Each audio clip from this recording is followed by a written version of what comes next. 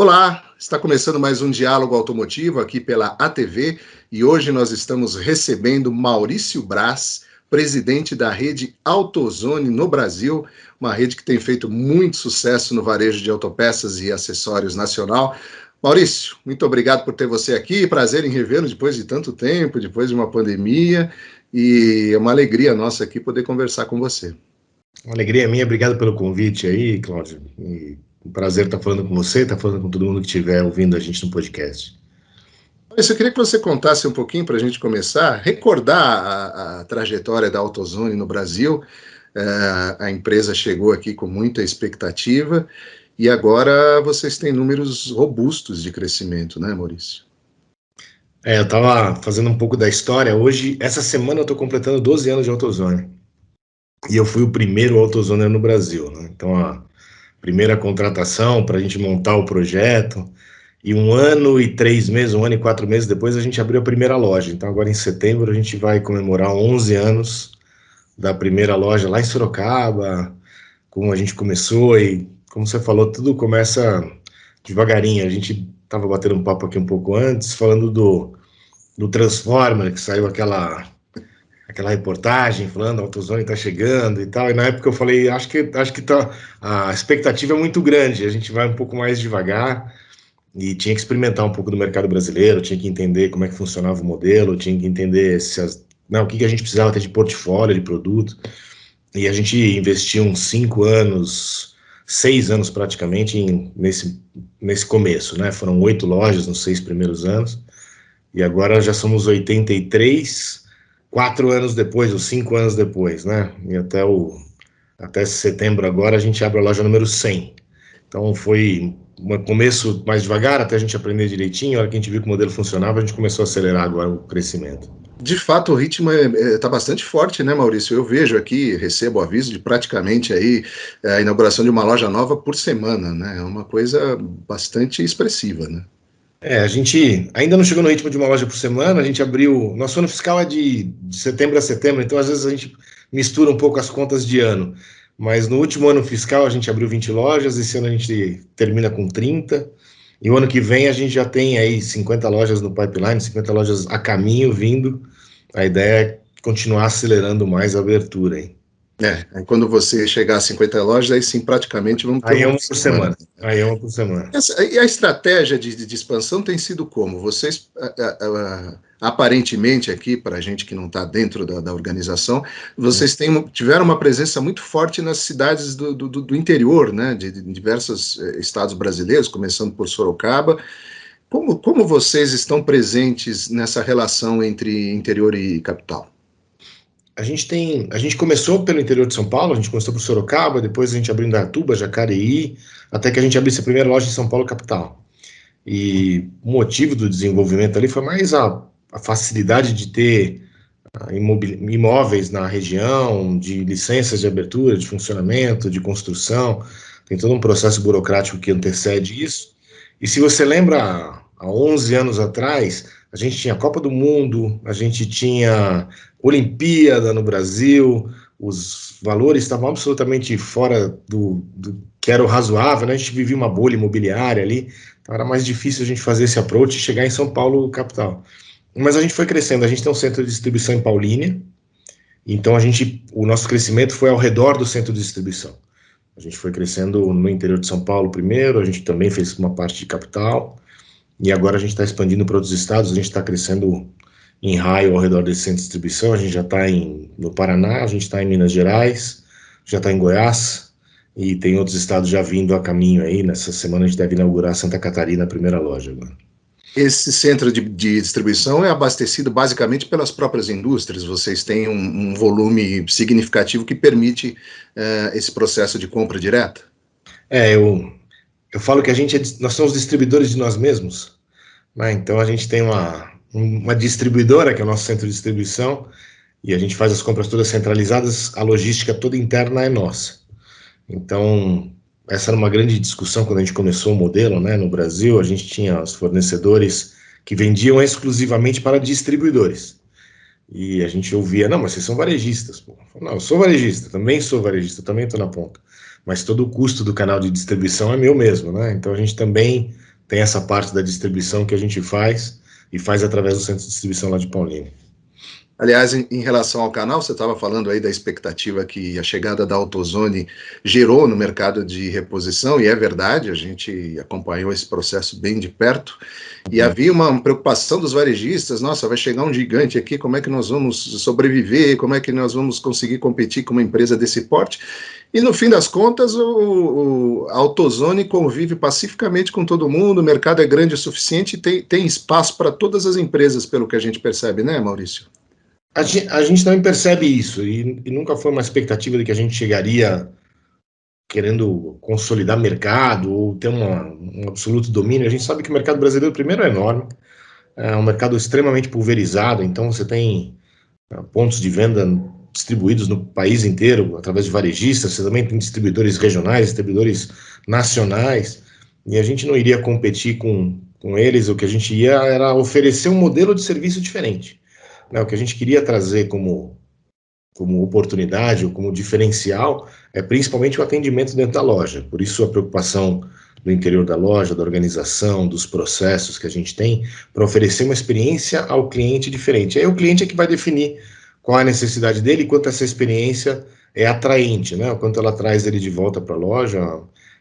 A ideia, a gente tem um conceito que a gente chama de conselho confiável, que é como é que eu oriento esse cliente que não é o expert, que não é o grande conhecedor de autopeças, que é o cliente que a gente chama de do it yourself, faça você mesmo, mas no fundo ele é um faça por mim, ele vai comprar a peça para alguém instalar, né? E como é que a gente orienta, como é que a gente ajuda ele a identificar o problema no carro dele, a executar pequenos serviços, a ter uma segunda opinião, uma referência confiável. Às vezes ele ouve um amigo, né? Às vezes ele ouve um profissional, e a gente também tem um atendimento ao profissional, a gente tem um atendimento ao cliente que a gente chama de cliente comercial, que é o cliente mecânico, que esse sim é o experto, é quem conhece, tem ali as suas necessidades também da entrega rápida, de uma disponibilidade próxima, de uma ferramenta que a gente possa ajudar a emprestar.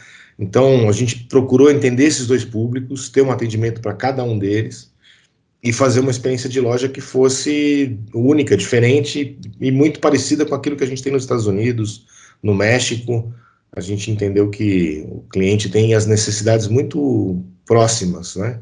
O que ele, talvez com a diferença da língua, mas no final do dia o que ele quer é ser bem atendido. Então foi assim que a gente desenhou, e tem espaço para todos aqueles que têm essa mesma visão, né? Que entendem o cliente como uma prioridade fundamental.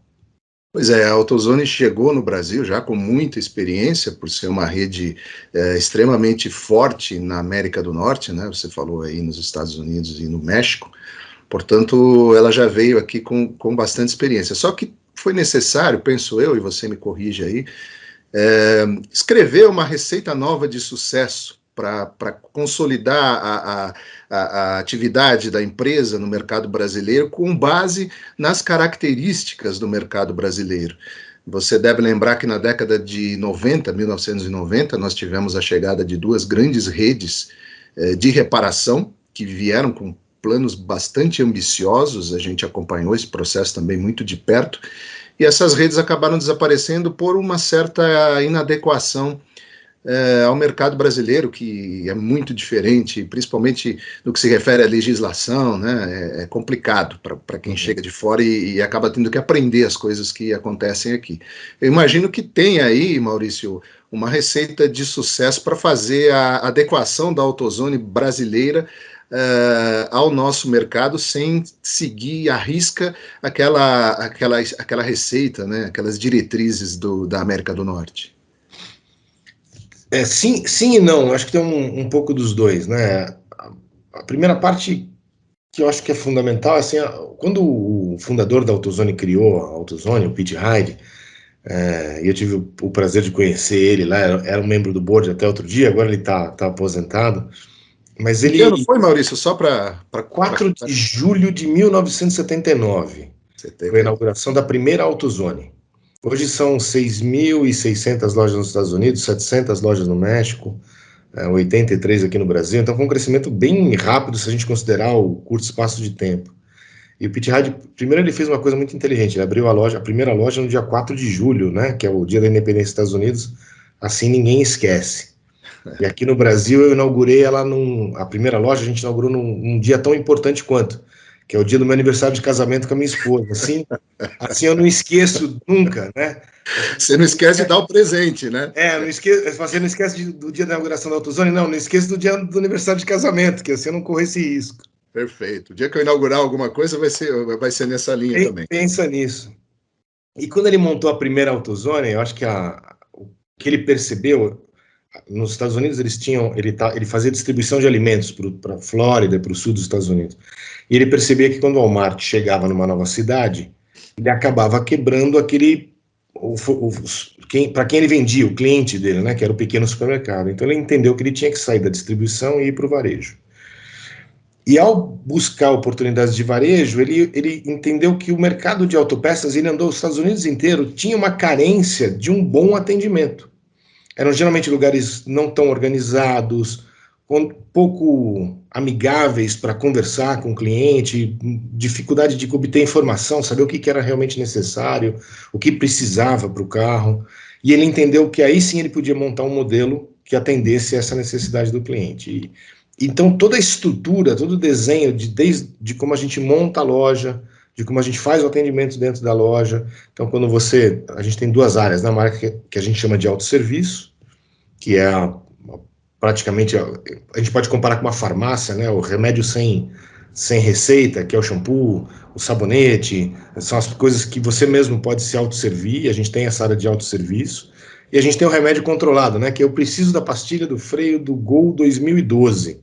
Então a gente tem um catálogo eletrônico, a gente mostra as opções para o cliente entre a melhor pastilha, a pastilha com menor preço. A gente sempre tem mais de uma opção para oferecer para esse cliente que está chegando. Mostra isso no catálogo eletrônico, ele entende quais são os benefícios, quais são as características de cada produto. Então, esse processo de atendimento, já passa ele por ali mesmo, né? Ele já faz o pagamento no próprio pod, ali no próprio balcão de atendimento, e dali ele sai com um conselho confiável, com uma ajuda, às vezes um pequeno serviço que a gente também faz gratuitamente. A gente faz uma troca de limpador de para-brisa, a gente faz uma troca de lâmpada, a gente faz um teste de bateria, todos os serviços gratuitos para ajudar esse cliente a identificar o que ele precisa fazer no carro dele. Então esse modelo não muda, esse modelo não mudou praticamente nada. A gente usa exatamente o mesmo processo, à exceção das traduções que a gente fez, né, de alguns termos que a gente usa nos Estados Unidos. O resto a gente usou o mesmo modelo. Agora, a gente teve que adaptar 100% do nosso portfólio, né? O parque circulante no Brasil é bastante diferente do parque circulante nos Estados Unidos. A gente teve que adequar aos fornecedores, alguns fornecedores são fornecedores globais, mas ainda assim a gente teve que provar que o projeto era sério, que a gente queria fazer um projeto realmente de investimento no país, para que os fornecedores estivessem juntos. A gente teve que desenvolver fornecedores locais. Te diria que do portfólio que a gente abriu a primeira loja, a gente não tem 20% dentro da loja hoje. Os outros 80% a gente revigorou, mudou, entendeu que não era aquilo, que tinha que vir novos produtos, novos parceiros. A gente foi construindo essa parceria local. E eu acho que a última do teu ponto aí é entender a legislação, é entender um pouco de como é que funciona imposto, tributo, como é que comunica a nota fiscal eletrônica. Então aí sim. A legislação trabalhista, né, que às vezes emperra um pouco. Quase que eu derrubei tudo aqui.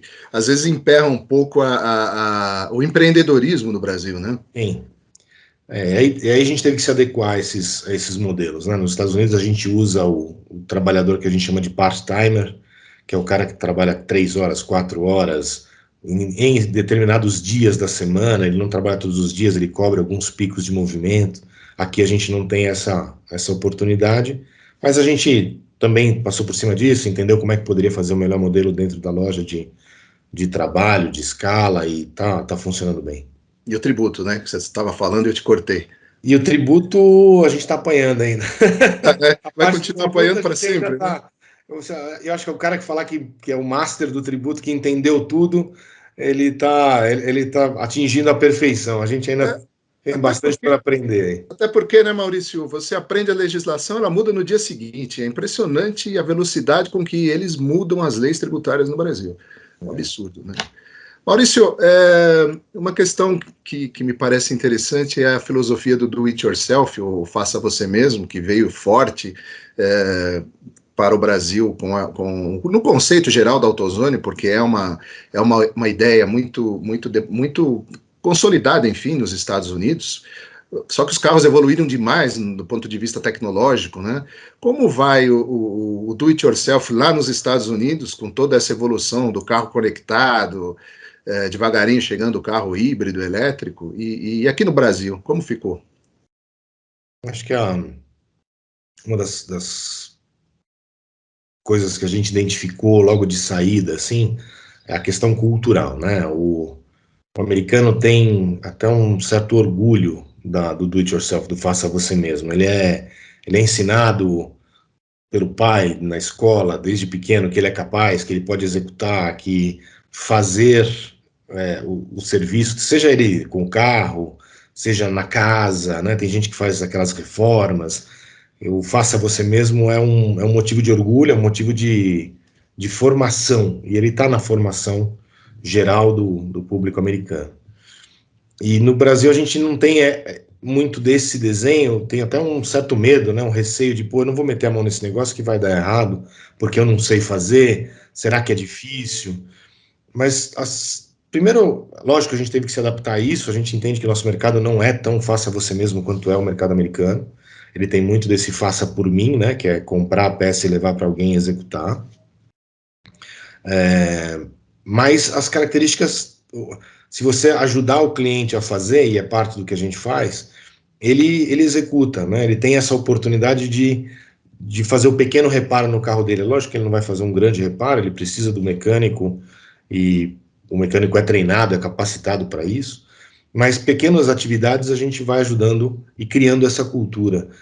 Contam os americanos, aqueles que estão na AutoZone desde o comecinho, que lá atrás essa cultura não era tão presente também. E a AutoZone ajudou a criar essa cultura, né, de ensinar, de ajudar. A gente tem um programa que lá nos Estados Unidos a gente chama de Loan na Tool, né, que é empréstimo uma ferramenta, que a gente chama de programa PED, que é o pega emprestado e devolva.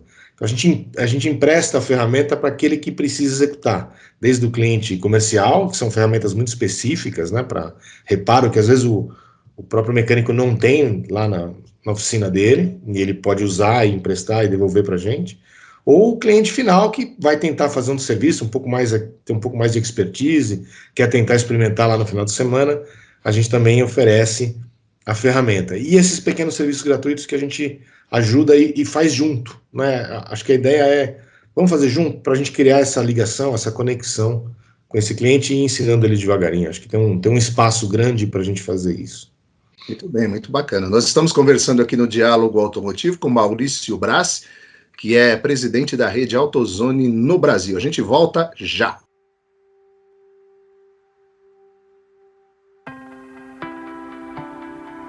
Somos a reação de uma geração conectada. Uma manifestação nascida nos tradicionalismos noventistas e renascida das urgências contemporâneas. Um hub entre o que é, o que já foi e o que para sempre será. Um encontro entre o novo e o meio. A Novo Meio, mais uma vez, atualiza sua própria noção de limites e barreiras. E depois de 30 anos de história, se renova como um núcleo descentralizado de segmento. A missão é informar, entreter, abastecer e desenvolver conteúdos para múltiplas esferas de atividades. Temos a sede de criação, a competência técnica e a mercadológica, a visão ampla das possibilidades e, principalmente, o novo que pulsa em nós a cada fração de tempo. Assim, o novo se manifesta em infinitas possibilidades, em diferentes braços, saindo de um mesmo corpo. Sejam bem-vindos à NHM Novo Meio Hub de Mídia.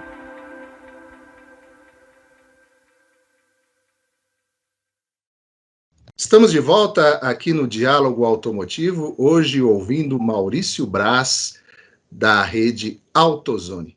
Maurício, uma curiosidade, como está a divisão dos clientes da AutoZone entre consumidor final e reparadores? A gente tem um mix de 70-30. 70% é o cliente que está na loja, né, e 30% são os clientes comerciais que a gente faz a entrega. Não necessariamente, esse mix ele se junta de alguma forma, às vezes o mecânico vai na loja, né, e faz a compra ali, e não se identifica ou não se caracteriza como tal, mas hoje 70-30 é mais ou menos o mix que a gente tem aí. E qual é a avaliação que a Matriz tem feito? Certamente o Brasil foi um dos primeiros mercados, podemos dizer assim, talvez, né? Na América do Sul, acredito que, como vocês estão aqui dentro, na América do Sul? É o primeiro mercado na América do Sul. É o primeiro mercado, né? E é um mercado muito, muito atraente, a gente sempre vê newcomers chegando, né?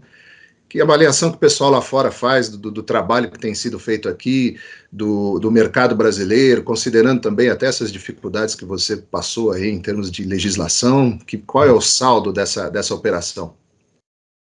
Bom, a gente começou falando que a gente abriu 20 lojas no primeiro ano, abriu 30 nesse ano agora, ou um ano atrás, 30 nesse ano, e tem 50 para abrir. Aí acho que a gente já dá para perceber um pouco do mood de como é que a gente enxerga o mercado. A gente enxerga que o potencial é bastante grande, né? Sem dúvida, tem muito mais desafio do que um mercado que tem uma complexidade menor, né, para trabalhar. A gente tem desafios que a gente não tem nos Estados Unidos, que a gente não tem no México, mas são desafios meio autocriados pela própria forma como a legislação funciona, pela própria forma como os impostos, as taxas funcionam. Então, de fato, a gente percebe que tem esse complicador, mas tem um potencial enorme, e a gente entende que o Brasil é um grande mercado e está investindo nele. Maurício, a gente tem ouvido muito, e eu ouvi isso na Automec também, não sei se você teve essa percepção, a respeito do desabastecimento de determinadas linhas. A gente começou a enfrentar uma questão muito séria com os semicondutores, que não atinge assim, diretamente ao varejo, né, mas as linhas de montagem foram paralisadas várias vezes e ainda estão sendo, em razão da falta de semicondutores, que é um problema global, mas não só esses dispositivos eletrônicos, né, também alguns produtos, algumas autopeças vem faltando, segundo a gente tem apurado junto ao varejista nas pesquisas que a gente realiza aqui semanalmente, pesquisas Mapa e Onda.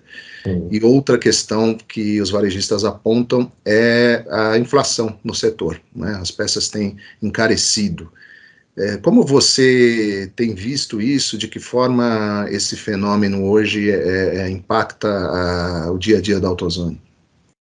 Então, eu vou dividir em dois pedaços aí. Primeiro, falar um pouco do abastecimento, depois da inflação. Quando a gente fala de abastecimento, como eu te disse, a gente tem o centro de distribuição em Paulínia, então a gente, de alguma forma, faz uma regulação nos estoques, mas mais do que isso, a gente também procura trazer sempre opções dentro da mesma linha, dentro do mesmo portfólio de produto.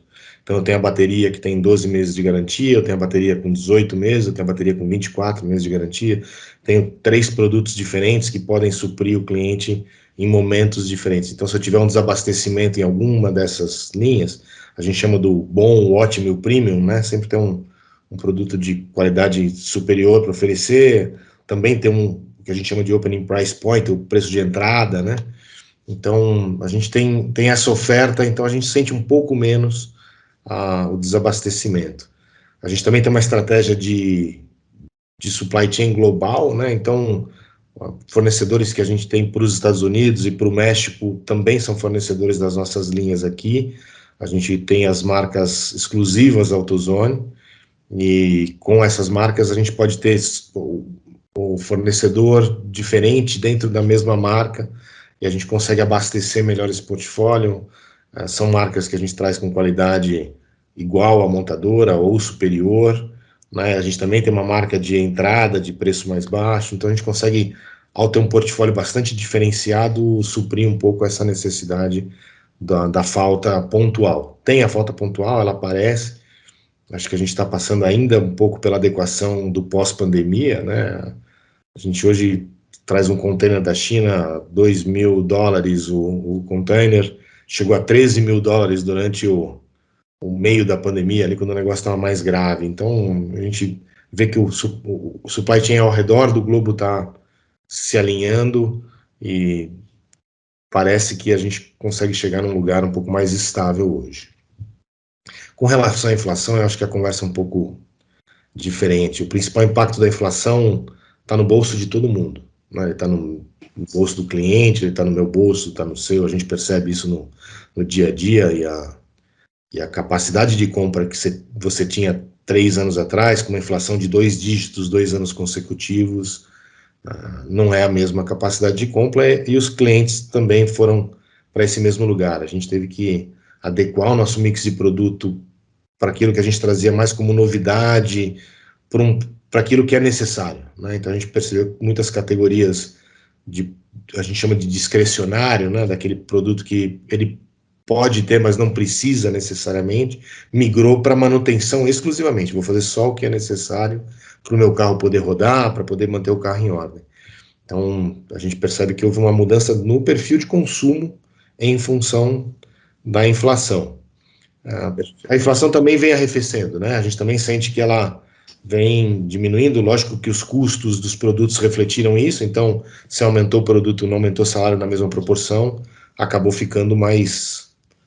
o cliente consome menos, né? Por transação, por ticket, mas a inflação parece que vem arrefecendo um pouco e a gente espera que o mercado se normalize um pouco mais. Nesse momento, em consequência de tudo isso que você contou, você tem notado um crescimento na busca por produtos mais acessíveis? Sem dúvida.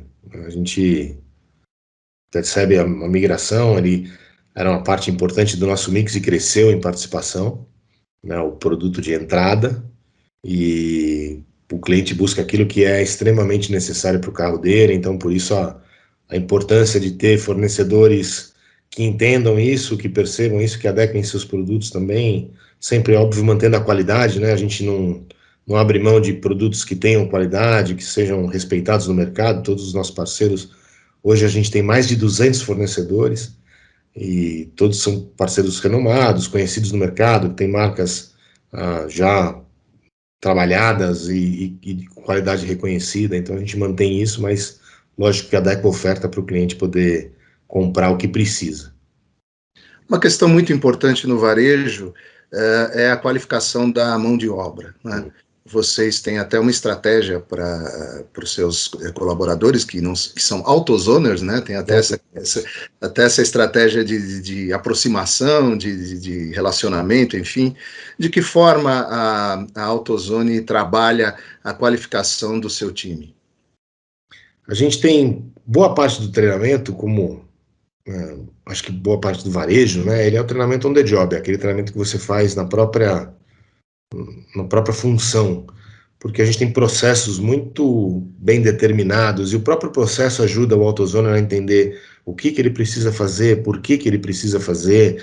O processo é pensado de uma forma que ele entenda qual é o benefício que ele oferece ao cliente ao fazer aquele processo. Exemplo, a gente tem assim que o cliente entra na loja, em até 30 segundos que ele está dentro da loja, alguém cumprimenta ele, alguém saúda ele, mas com o principal intenção de saudar e dar o bom dia, mas também se mostrar estou disponível, o que você precisar eu posso te ajudar.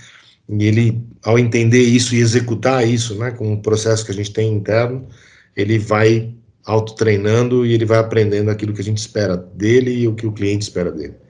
A gente também tem um programa de treinamento que a gente faz de qualificação, tanto quando entra o AutoZoner na loja, quanto ao longo da carreira e a progressão contínua. Então a gente tem módulos de treinamento que o AutoZoner vai fazendo, né? Mas a experiência das pessoas que a gente traz para dentro também são bastante importantes, né? A gente conta com grandes AutoZoners, com conhecimento técnico, que estão dispostos a ensinar os outros. Eu acho que outro ponto importante é permitir que você tenha esse ambiente onde as pessoas troquem, sabe?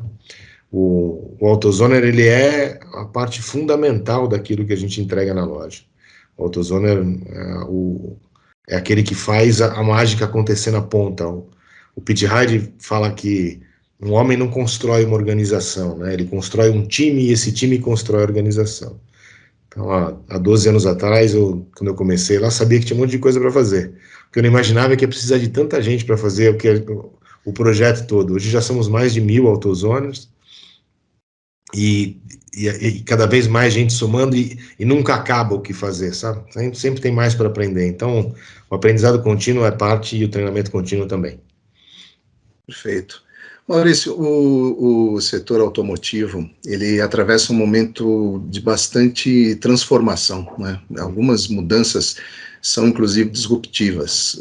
Tanto é que as montadoras e agora também as indústrias de autopeças, os sistemistas, estão mudando o enfoque de automotivo para a indústria da mobilidade.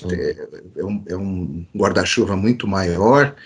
A gente tem carro eletrificação, carro híbrido, carro autônomo, carro conectado. Ao mesmo tempo, a inteligência artificial começa a avançar numa velocidade incrível e já há a expectativa de que o atendimento em chatbot no varejo, por exemplo, seja feito por chat GPT ou pela própria inteligência artificial regenerativa. Enfim, existem muitas transformações a caminho, claro que ainda não se concretizaram no mercado brasileiro, mas com a velocidade com que as coisas vêm caminhando, em algum momento isso vai chegar também ao mercado de reposição. Esse movimento, como vocês acompanham e qual é a sua expectativa de futuramente isso impactar e exigir também uma adequação da prática varejista? Acho que toda novidade, né, tudo aquilo que é novo, ele é excitante de alguma forma, né? Ele traz pô, e aí, como é que vai ser? Ele é especulativo, ele traz uma certa, né, ninguém sabe exatamente qual é a resposta, e eu acho que essa é a beleza do novo, né? E sem dúvida a gente vai passar por isso. Então, novas tecnologias, como você falou, os carros vão mudar, mas uma parte que acho que não muda, né, é essa necessidade da relação, essa necessidade do estar junto, do eu te ajudo, você me ajuda, de estabelecer conexões. Quando a gente entrou na pandemia, a gente falou, poxa, quanta coisa legal, né? A gente não tinha essa tecnologia de poder falar, ou tinha, mas não funcionava direito, né? No Skype, no Teams, de poder fazer reuniões virtuais, e a gente adotou, hoje é parte, né, da nossa rotina diária, mas a gente está voltando cada vez mais ao presencial no escritório. A gente anda em times híbridos, por exemplo, e a gente está voltando cada vez mais para estar junto, porque a gente percebe que junto a gente produz mais, porque a gente percebe que junto a gente troca mais. Então a necessidade da troca sempre vai existir, a necessidade do atendimento ao cliente sempre vai existir. Seja o chatbot pode fazer uma parte disso, mas ele não consegue estabelecer a relação, e as relações humanas não estão onde estão por acaso, né? Eu falava quando começou a pandemia, falava, pô, agora vai tudo mudar. A gente não chegou onde a gente está por mero acaso, a gente está aqui porque funciona assim, e a gente percebe que agora a gente está voltando para isso. Com relação ao carro mais específico, né? Eu acho que o carro elétrico vão mudar os componentes, mas o carro vai estar lá, ou vai mudar o usuário, né? Então a gente fala de mobilidade porque talvez não seja mais o motorista, talvez seja o self-drive car, talvez seja as frotas, os empréstimos, mas alguém vai ter que fazer manutenção, o carro vai estar rodando na rua e de qualquer jeito ele vai ter a pastilha de freio para trocar, ele vai ter o limpador de para-brisa ou o que quer que a gente invente para fazer o serviço. Então a gente também está no negócio não de vender peça, a gente está no negócio de atender cliente. Né, e a gente vai adaptar o business para isso, né, para atender cliente, qualquer que seja a necessidade ou o produto que ele vai comprar. Você falou aí no limpador de para-brisa, só uma curiosidade, a palheta, né, até hoje ninguém conseguiu, é uma das poucas coisas que permanecem no carro desde os primórdios, e houve uma época em que a Rolls-Royce tentou fazer um teste com um fluxo de ar para manter o para-brisa limpo, e isso exigia um motor de 300 cavalos. Então, eu acredito, só uma curiosidade, né? Eu acredito que isso ainda vai continuar por muito tempo, por mais que o carro evolua. Maurício, só para finalizar, então, uma última pergunta. A gente está caminhando aí para a virada do semestre. Queria que você fizesse um balanço do primeiro semestre de 2023 até aqui e as suas expectativas para o restante do ano. Vamos lá. Acho que a gente começou o começo do ano foi diferente, né? A gente teve ainda um rescaldo, a gente teve Copa do Mundo, eleições no final do ano passado, muita incerteza, muita instabilidade, e a gente percebeu que a compra, aquela do final do ano mesmo, do Natal e do Ano Novo, ainda caiu num sábado e domingo, né? Ela foi postergada, então a gente começou o janeiro, fevereiro e março bem, mas era quase que um reflexo desse fluxo que estava reprimido no final do ano. A gente percebe que o varejo vem reagindo devagar, mas é difícil fazer previsão macroeconômica ou econômica com o ambiente instável que a gente tem fora do Brasil. Dentro do Brasil um pouco menos, mas a gente tem um ambiente bastante diverso, né? Você tem guerra na Ucrânia, você tem a inflação. Acho que o mundo ainda se acerta da pandemia. A gente olha nos Estados Unidos, o mercado americano de autopeças cresceu 15, 2 dígitos por 3 anos consecutivos, que era um negócio nunca esperado. E agora você vê esse crescimento diminuindo lá nos Estados Unidos, ele é basicamente uma adequação a um momento novo econômico, não dava para continuar crescendo, aquilo foi a base de estímulo. No Brasil a gente não teve o mesmo estímulo, né? A gente teve um estímulo mínimo para manter um pouco da economia, mas ele não teve o mesmo efeito. Então a gente percebe que a adequação aqui foi mais tranquila. A gente está começando a crescer enquanto eles estão encolhendo ainda os mercados. Então, com essa complexidade toda aí, como a gente é ligado globalmente em todos os mercados hoje, né? Independente do segmento que você atue, é difícil fazer previsão para o segundo semestre, mas acho que a perspectiva é boa, a gente está, pelo menos uma estabilidade a gente espera, e aí é crescer a partir dos nossos esforços aí, ganhando um pouquinho de mercado a cada dia. Maurício, muito obrigado por estar aqui com a gente, por passar esse conteúdo maravilhoso aí, essa conversa aqui no Diálogo Automotivo, para quem está tendo o privilégio aí de assistir você aqui na ATV. Eu que te agradeço, Cláudio, obrigado, um abraço para todo mundo aí, e espero que a gente se encontre em breve. Espero também no estúdio, voltaremos a conversar, quem sabe pessoalmente, né? Esse foi Maurício Braz, presidente da rede AutoZone no Brasil, conversando com a gente no Diálogo Automotivo. Se você gostou, deixe seu like, deixe seu comentário e se inscreva no canal também, porque aqui na ATV tem novidade todos os dias. Continue acompanhando a gente e até a próxima.